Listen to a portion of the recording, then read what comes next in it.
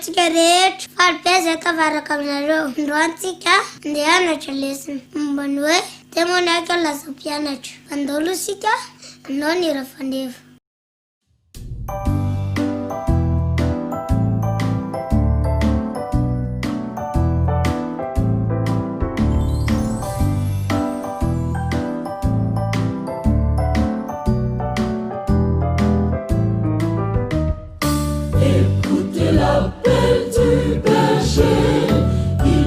Ces brebis en danger, il les appelle avec amour, espérant toujours leur retour. Cherchons-les, savons-nous le prix d'une âme? Cherchons-les,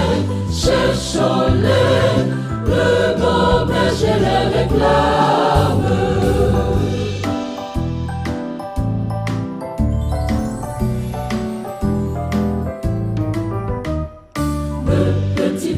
Comptez sur nous, ne voulons-nous pas aller tous, dire à tous ceux qui sont perdus que nous les voulons pour Jésus. Cherchons-les, savons-nous le prix d'une âme? Cherchons-les, le bon berger les réclame.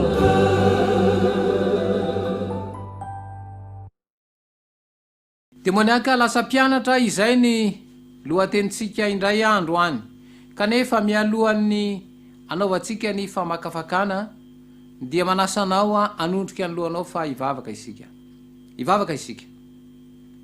Rainay izay any an-danitro, ianao lay ray nahary ny lanitra sy ny tany. Tombotompotsaka ny mpanjaka mefa ny zavatra rehetra, atolotray ho anao rery any ny dera sy ny laza ary ny voninahitra mandrakizay. Tsy voafehanay ny fisainanay ka mahatonga anay anoto eo anatrehanao angatarina fonina aminao izany ankehitriny. Misaotra anao zay satria mbola afaka manohy izao fandaranay izao. Ny fahazavan-tsaina avy amin'ny fanahinao masina ane no anazava amin'sainay fa anay mafatra ny sitraponao ary tario mba anatanteraka izany ka isy fiovana eo amin'ny fiainanay ary atsapan'ny tsiraray avy indrindra eo amin'ny ankonana ny fanatrehanao ka samy ahita fiadanam-po miaraka aminao amin'ny anaranao Jesosy Kristy no anonana ny vavaka. Amen. Ny boky Marka 5:1-20 zany no hofakafakaitsika ao anatin'izao fanazavana izay irahantsika izao. Ifantoka tanteraka moa zany tsika ao amin'ny filazantsara Marka io, ary ao anatin'izay no iresana ny tantara nyty demoniaka izay ambara fa azo-panahy maloto izy ty. Andeha ary hofaritatsika voalohany indrindra ny atao hoe fahadalana izay hitatsika ao amin'ny fitaovam-pikaroana antsoina hoe Wikipedia, izay izao ny fanambarany. Ny fahadalana dia fikorontanan'ny maha-olona izay miseho amin'ny fitondran-tena manohitry ny fiarahamonina, ny tsy fananana fanenenana sy tsy fananana fitondran-tena maha-olombelona izay mifandray matetika amin'ny fahazarana fantadaza amin'ny fomba fiaina feno eloka be vava sy tsy misy filaminana. Amin'ny teny vahiny dia psikopatia no ilazana azy, ary ny olona adala moa zany de psikopaty no iantsoana izany. Ary io voambolan'io de be mpafantatra satria ireo horonan-tsary mihetsika vokarina amin'izao fotoana izao izay mahasarika ny maro ny mijery azy dia maneho ny fahadalana mitovy amin'izay ny ainany ity demoniaka ity. Ary ny tena olana de izao ny horonan-tsary izay verina ho tsara de izay indrindra rehefa misy an'ireny adalana ireny, ary misy an'ireny herisetra izay ataon'ireny psikopaty ireny, de reny no lazaina hoe horonan-tsary tsara amin'izao fotoana izao. Ny olona verisaina tahaka an'izany de isorona hiala eo amin'ny fiarahamonina ary aterina any amin'ny toby afaka mandray antanana ho fitsaboana ny ada mba hiarovana ny fiainan'ny fiarahamonina. I Jesosy kosa etsy an-danin'izany dia nanatanteraka fanovana miavaka teo amin'ny fiainana ity lehilahy no lavina sady nomelohy ny fianakaviana ity. Izany fanovana izany dia nahatalanjona ny maro tamin'izany fotoana izany, ary mbola izany no zava misy mandraka kehitriny. Tonga mpianatra ilay demoniaka niala avy tamin'ny fahadalana ho amin'ny famonjam-panahy, ary nanaparitaka izany afatry ny famonjena izany tamin'ny tokantrano ny fianakaviany ary teo amin'ny tanàna nisy azy araka ny baikony Jesosy. Nanahoana ary ny toe-piainany ny ainan'ity demoniaka ity. Ny 15 ka hatramin'ny 15 ao amin'ny marika 15 dia mamatra ny toe-piainana ny ainany ity lehilahy voagejan'ny demoni ity. Teny amin'ny fasana no tranonyity lehilahy ity, ary nanalavitra tanteraka ny fiainana ara-tsosialy izy satria tsy voafehitsony. Ny fiainany mahatsiravana dia to manambara fa tsy nisy na iza afaka nanao na inona anampiana azy hiala amin'ny toerana misy azy io, dia ny adalana ny ainany. Ny famaritana aseho marika antsary dia manao lehilahy mampatahotra izay natao alaviliny ireo rehetra tsy tia hita loza tampoka, ka izany no nahatonga ny fitokana monina sy ny fandava ny fiarahamonina azy tamin'ny fampiasana rojo sy gadavy mba hiazonana azy tsy hetsika, kanefa to tsy tena nahomby izany. Izany famaritana izany dia to manala azy eo amin'ny toeran'ny olombelona satria niara ny aina tamin'ny maty izy, lavitry ny olombelona izy, ny toetra irery izy, tsy voafeh, tsy nisy nahafolaka ary toy ny bibidia ny nananany izy. Eny, tena ny tetena mihitsy azy panamaloto izy, ka noho izany dia tsy nisy maha olombelona intsony tao aminy. Tsy navelany ratsy ho lavitry ny fiarahamonina sy ny fianakaviany fotsiny izy, fa nataony tsy nahafeny tenany ihany koa. Verisaina sy fandiniana izy, ka nanjary loza ho an'ny tenany manokana, ny sainy sy ny vatany dia nijany ary sy tompony tenany intsony izy, satria teo ambany fifehezan'ilay ratsy. Indrisy fa ny fahafahany nanala ireo gada tamin'ny tenany dia tsy namela azy ho afaka tamin'ny toerana mampalahelo sy mahamenatra nisy azy. Io demoniaka io dia nitaratra ara-panahany ireo rehetra tafasaraka amin'Andriamanitra ary latsaka ao anaty vovo ny fahotana, olona izay tena mila entina eo amin'i Jesosy mba hovonjena.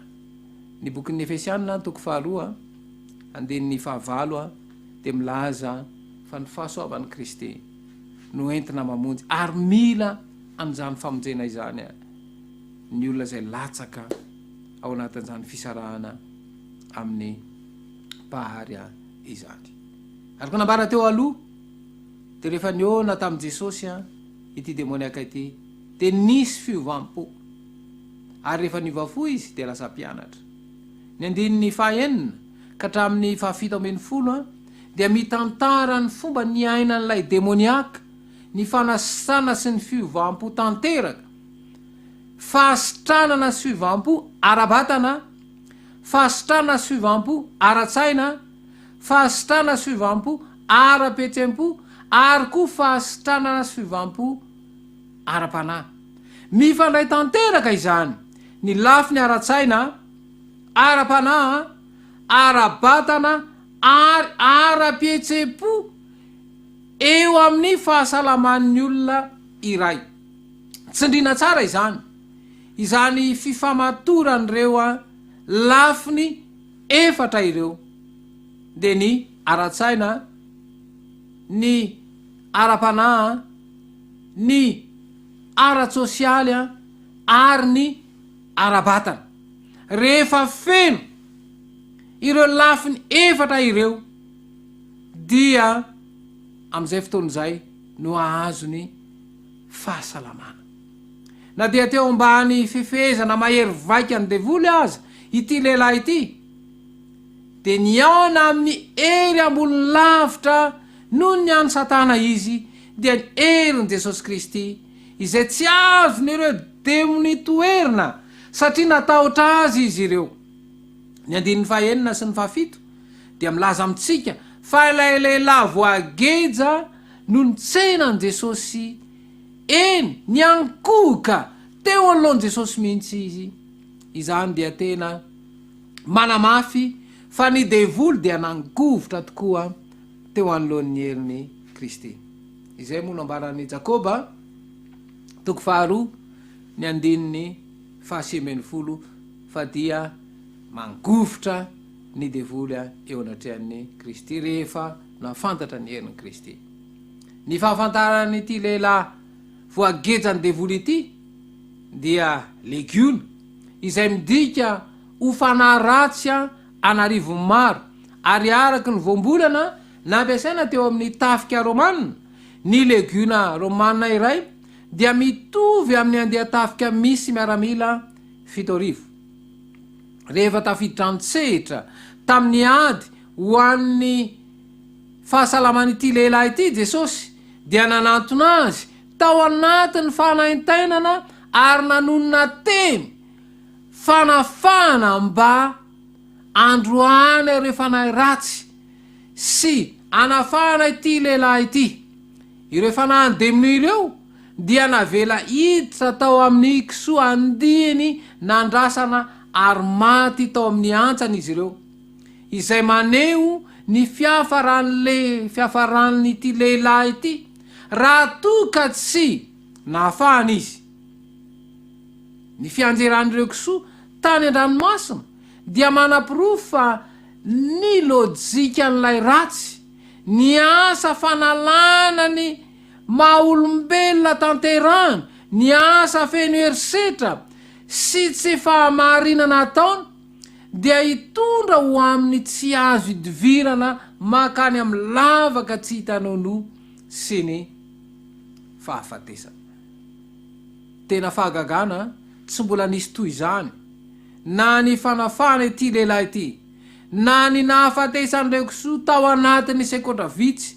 Ireo mpiandry ny andiny dia nakany an-tanàna sy tany an-tsaha mba hanaparitaka ny vaovao, ary tsy ela dia ny vahoaka ny voro mba hijery izay zava-nitranga. Magaga ny mahita ny fihetsiky ny vahoaka na ny lona ny zavatra hitranga izay nifantoka bebe kokoa tamin'ny fahafatesan'ireo kisoa, izany hoe ny fahatiantoka raha-toe-karena fa tsy tamin'ny lehilahy sitrana. Ary noho ny tahotra teo amin'izy ireo dia nasain'ny ala tamin'ny tanànan'i Jesosy. Izany tokoa ny toe-javatra miseho rehefa miasy Kristy dia betsaka no tsy mahatakatra ny tena famonjena tiany Kristy ho tanterahana, ary io famonjena io dia omeny Kristy ho an'izay mila azy. Ary ny zavatra nahagaga dia izao, rehefa sitrany ity lehilahy ity dia natahotra indray ny olona ny amin'izany fahasalamana. Izao ny fanambarana fa ireo olona nahita ny zava-niseho dia tsy nanam-pifaliana na dia kely akory azy. Ny fahaverezan'ireo kisoa dia zava-dehibe kokoa azy ireo noho ny fanafana ny babo ny satana.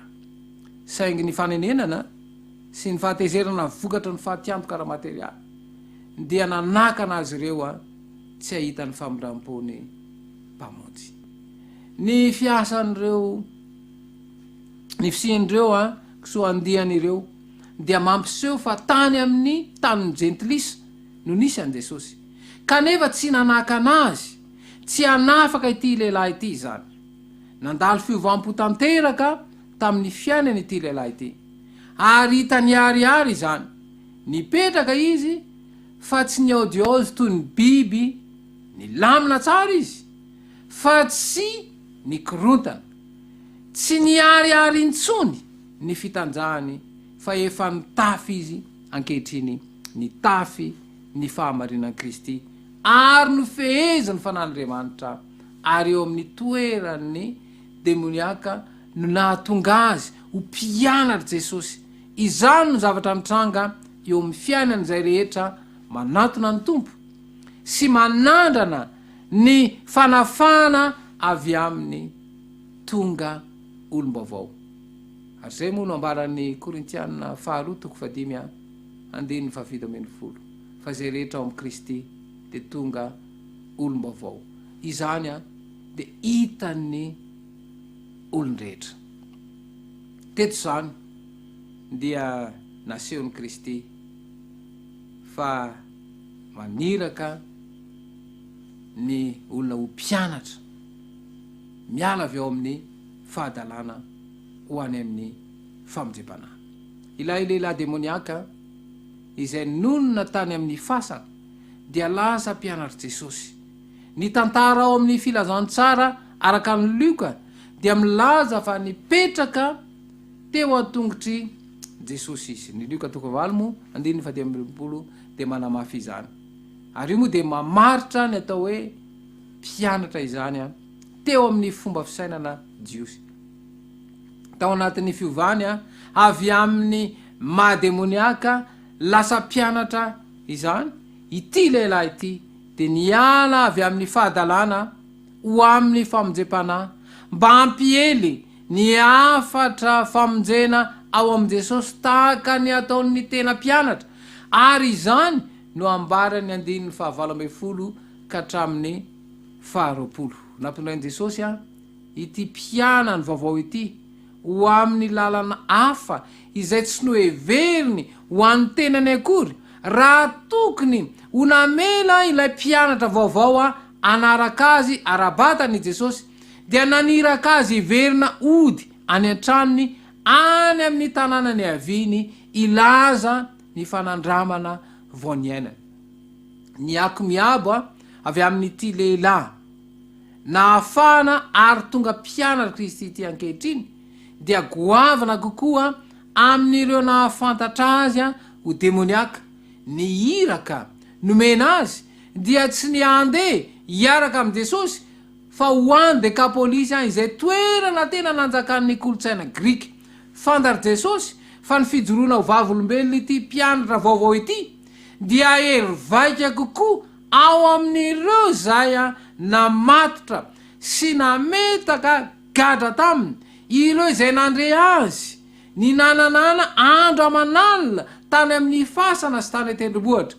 Nanoloana ny fangatana nataony ilay mpianany vaovao, i Jesosy dia nanazava taminy fa tsy voatery anaraka azy any amin'ireo tanàna hafa tsy azy izy, na ireo trano hafa tsy azy ihany koa. Ny iraka nomena ity mpianatra vaovao ity dia tsy maintsy manomboka amin'ny fianakaviany, ny tokantranony manokana ihany. Rehefa kasihin Jesosy ny fiainan'ny olona iray dia hita miariary ao an-tokantranony aloha izany. Ny mpianakavy ao an-tokantrano dia mahita ny fanovana nataon'i Jesosy, hitan'izy ireo ny mahamarina ny fifandraisany amin'Andriamanitra. Ireo izay ao an-tranony ao amin'ny manodidina azy dia tsy maintsy mahita ny fiovana. Ary raha tena izy izany ny mpianatra Kristy dia ho tahaka ity lehilahy nahafana ity ka manomboka mijoro vavolombelona amin'ny ao an-tokantranony, ny ao an-tanànany. Ity mpianatra vaovao ity dia nasaina ny laza tamin'ny hafa izay nataon'i Jesosy taminy. Ao amin'i Jesosy no misy ny fanafana ho an'ny voageja. Ao amin'i Jesosy no misy ny balsama avy any Gileady ho an'ireo izay mila fanasitranana. Na dia tsy araka izay no heveriny akory aza, dia tsy nisalasala ity lehilahy navotana sy nafana ity fa nankato avy hatrany ny baiko ny Kristy tamin'ny fandehanana nody ny tory ny afatra ny famonjena. Fiovana mahery vaika avy amin'ny fahadalana ho amin'ny famonjem-panahy. Nandao itoeran'io a toy ny nataon'ireo demonia Jesosy a, saingy ny fahasamihafana fototra dia nandresy tamin'ny tolona izy. Namela ny mpianany tao amin'ny toeran'io ho mpitondra fahazavana. Ireo izay a nanompo ny andiany maizina dia lasa mpitondra fahazavana iraky ny fahazavan'Andriamanitra. Mbola mampatsiahantsika ny toe-tsaina izay tokony androsotsika ity tantara ity. Toe-tsaina mifototra amin'ny asa fitoriana. Izany no anjaran'ny tena mpianatra Jesosy rehetra. Izany no tena fototra satria naveriny Jesosy atao amin'ny iraka lehibe izany. Nantsoina isika hitarika ny fianakaviantsika, ny mpiara-monina amintsika, ny namantsika anana fifandraisana matotra amin'ny Jesosy. Ny toe-tsaina mifototra amin'ny iraka dia tsy entan'ny programa na ireo hetsika samiasa fotsiny, fa mifandray amin'ny maha izy antsika izany a, dia izay ny ainantsika manokana niaraka tamin'i Jesosy. Ilay mpianatra Jesosy avao a, ao ny Marka 5 dia tsy nandray na dia fiofanana iray aza, ary tsy nanana toerana manandanja teo amin'ny fiarahamonina, fa ny anina nanany dia izay nataon'i Jesosy ho azy tamin'ny fiainany manokana, ary izany ihany no ilainy. Ny tena mpianatra dia mijoro vavolombelony zavatra nataon'i Jesosy tamin'ny fiainany manokana, ary izany fijoroana ho vavolombelona izany dia manomboka ho an-tokantrano amin'ny fianakaviana. Ny iraka ny mena dia manomboka ao Jerosalema. Ny tantaran'ny fanafana ilay demoniaka tao amin'ny faritra mpanompo sampy dia mampiseho fa tsy misy na dia olona iray aza ivelan'ny fahasoavan'Andriamanitra, ary tsy misy ambony ny herin'Andriamanitra na aiza na aiza misy azy. Ankoatr'izany, ity lehilahy niaina fanafana ity dia lasa fitaovana miavaka ho famonjena ny ankonana sy ny tanàna ny manontolo. Alefa saran-tsaina ny fifalian'ireo avany akaiky nahita azy afaka sy niova tanteraka. Nanao ahoana re ny fideran'izy ireo an Jesosy noho io fahagagana io, ary angamba ny sasany tamin'izy ireo raha tsy izy rehetra dia voaton'ny afatra ny famonjena io. Tena azo antoka fa tsy manadinina oviana ny fianakaviana mihitsy a Jesosy. Reto ndray misy fanontaniana roa izay ho saintsaina mba hafana matakatra izay voalazany zany fampianarana izany. Movenao kejain'ny fanandevozana samy hafa amin'izao fotoana izao, ary manakana anao tsy hanome zavatra rehetra ho an'i Jesosy izany. Mino ve anao fa manana hery hanafaka anao amin'izany Jesosy? Inona ary a no anjaranao a amin'izany anjaranao no misaintsaina an'izay fanapa-kevitra ao. Ny faharoa dia izao, move miezaka mafy miresaka momba an Jesosy amin'ny ankonanao ianao, sa variana fotsiny amin'izay mahasoa sy mahatsara ny fiainanao manokana? Inona no mbola azonao atao a anitarana an'izany fijoroana ho vavolombelona izany a, iotra lavitra ny tokantranonao a ny fianakavianao. Tamin'ity fotoana ity dia nasehony Jesosy taminao fa afaka manafaka anao a na ao anatin'ny kizo tanteraka ny fahotana ary izay mihitsy no tiany Jesosy atolotra ny ankonana ankehitriny, ary firariana ny mba ho afaka ireo olana izay mitranga any anivony ankonana any arirariana mba atsapany zany ny ankonana tsirairay avy. Amen. lesona lehibe no noraisintsika tamin'iny demoniaka izay nahitany Jesosy iny. Ary tsy nijanona teo amin'izay izy, fa mino koa isika fa maro tao aorianan'iny fahagagana iny no olona izay niova fo ary nandray an Jesosy Kristy ho tompo sy mpamonjy ny fiainany. Mino koa fa nitokantranontsika tsiraray avy dia nampandroso an Jesosy, vonona anao dingana indray amin'ny firaisana amin'i Jesosy. Na dia eo ara ireo zavatra izay mety mangeja antsika, dia andeha isika hitondra izany eo amin'i Jesosy satria izy irery ihany no vahaolana. Voaray ihany koa ireo antom-bavaka izay nalefantsika, ka amin'izao fotoana izay rahantsika mivavaka izao, dia manasa antsika rehetra hiaraka iombavaka sy hitondra n'izany antom-bavakantsika izany ihany koa eo am-potrin'ny azo fijalian'i Jesosy Kristy. Hiaraka hivavaka isika tompoko. Jehovah Andriamanitra tsara fo masina indrindra any an-danitro, misaotra anao satria tsampanay fa tsy mamelanay irery ianao. Na dia ao anatin'ny fahavarim-barianana ary izahay indraindray amin'ny firaisana aminao, mety ao anatin'ny geja mafy mihitsy indraindray izay tsy ahafahany voninahitra ao miseho amin'ny fiainanay, dia nandefa anjom-pitiavana ianao tamin'ity hariva ity miteny aminay hoe ny zanako sy ny asan'ny tananako dia adidiko ihany ho ianao. Jesosy eo, apetraka eo am-pelantananao ny fiainanay. Vahao ny fatoranay Jesosy eo, afao ny ankohonanay. Aoka ny fitahinao no arotsakao amin'ny tokantranonay tsiraray avy. Be dia be ny fahavarim-barianana mety vitanay ray aman-dreny, mety ataon'ireo zaza amin'ny fitodiana aminao. Koa mitalao an-tanandroa aminao izay Jesosy eo, atsory amin'ny tokantranonay ny tanam-pitiavanao. Aoka hivoaka mpandresy ho anao izahay.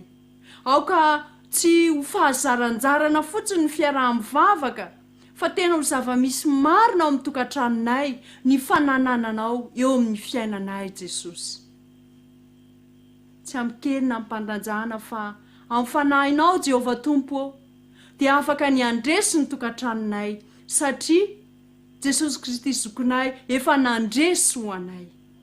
Koa aoka ary izahay ho tafaray aminao ray malalo, aoka ny fianakavianay ho modely ho anao ray malalo, aoka izahay hijoro ho vavolombelona ho anao satria rehefa eo aminao Jesosy eo dia manana fiadanam-po, manana aingy avao eo amin'ny fiainana hiatrehana ny toe-javatra rehetra izay manahirana. Koa ireo antom-bavaka rehetra izay nosoratanay, nangatahanay, valio araka ny aleham-piasan'ny famindram-ponao izy ireny Jesosy. Ary aoka ny sitraponao no tanteraka fa tsy ny anay. Aoka izay anao lohalarana anao ray malalo, ary hijery ihany koa izay mahasoa avy amin'ny alalan'ny torohevitra avy amin'ny fanahy ho an'ny tokantranonay. Ka matoky sy mino izahay fa ny fotoana izay niarahana rehetra teto dia andraisanay lesona sarobity ho fanavaozana indray, ho fanaovana dingana indray ho an'ny tokantranonay tsiraray avy. Amin'ny anaranao Jesosy Kristy no irina sy angatahana zany vavaka izany. Amen.